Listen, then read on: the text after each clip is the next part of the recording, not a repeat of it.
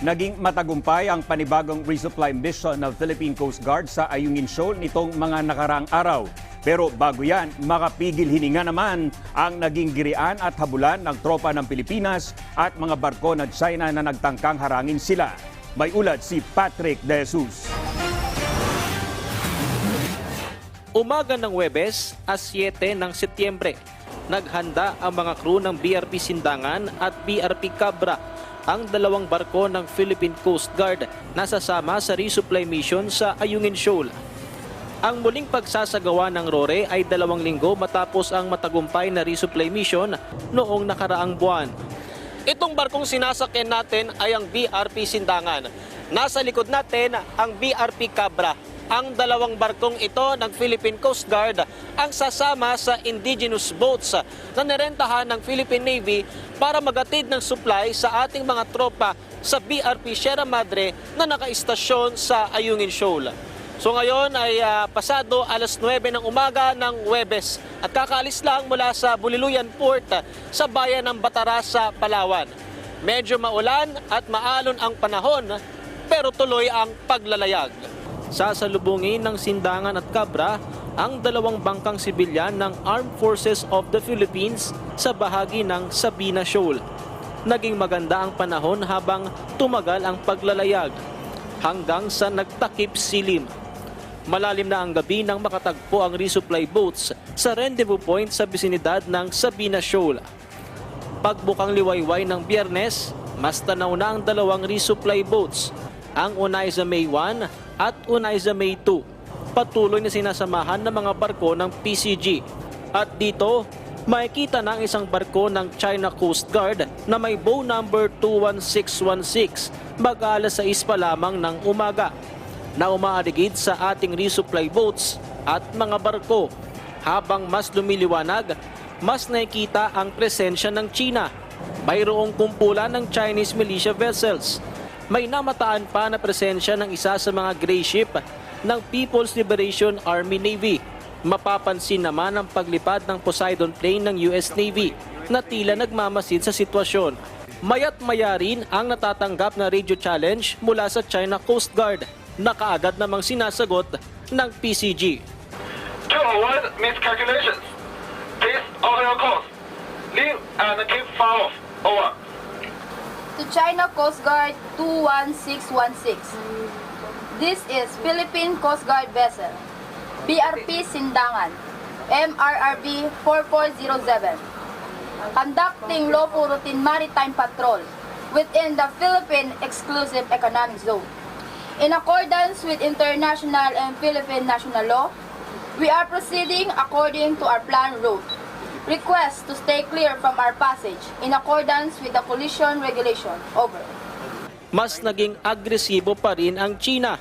Ang isa pang CCG vessel na may bow number 21556 nagsimulang habulin ng BRP Cabra na sinasamahan ng UM2 resupply boat habang patungo sa Ayungin Shoal.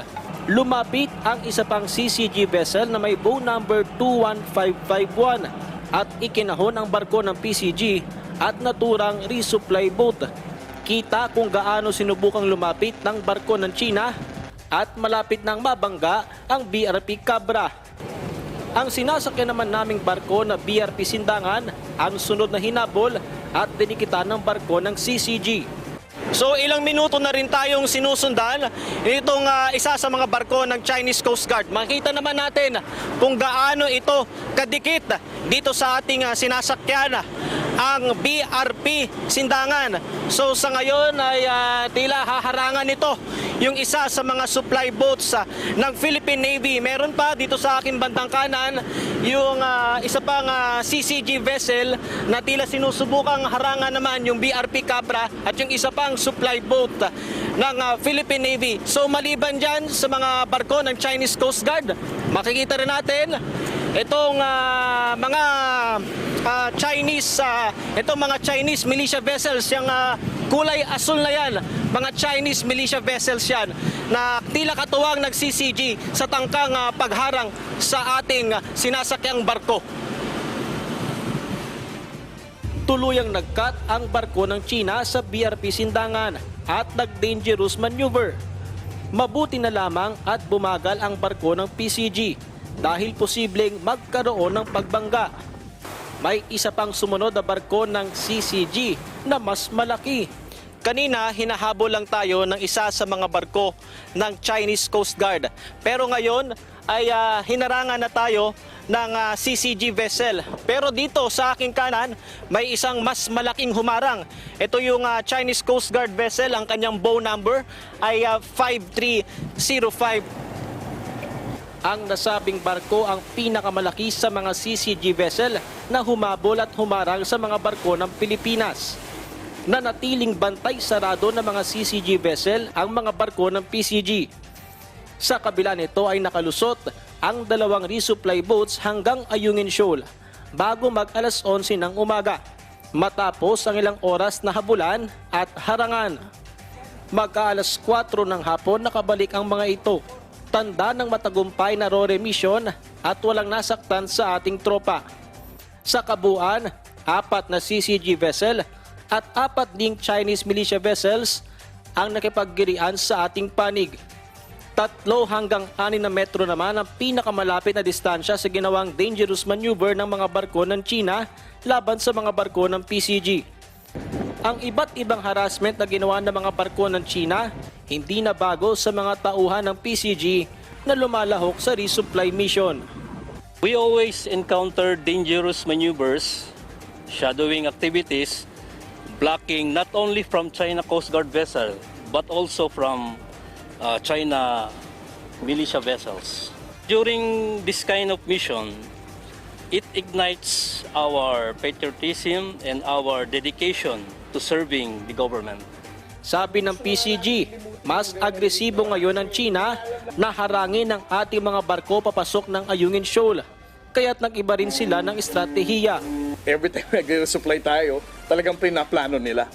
I think the main reason why they were more successful now in preventing our Philippine Coast Guard vessels to advance, it's because of the changes of the vessels that they're using. Right now, they are deploying a much more smaller China Coast Guard vessels with more capability to maneuver. And also, we can see from the videos that we released, the Chinese maritime militia vessels are now no longer hesitate to participate in the blocking operation of the China Coast Guard vessels. Sa kabila ng mga higanteng hamon na kinaharap dito sa West Philippine Sea, patuloy sa pagganap sa kanilang tungkulin ang ating mga tropa. Bit-bit ang tapang at paninindigan. Sakay ng BRP Sindangan mula rito sa West Philippine Sea, Patrick De Jesus para sa Bayan.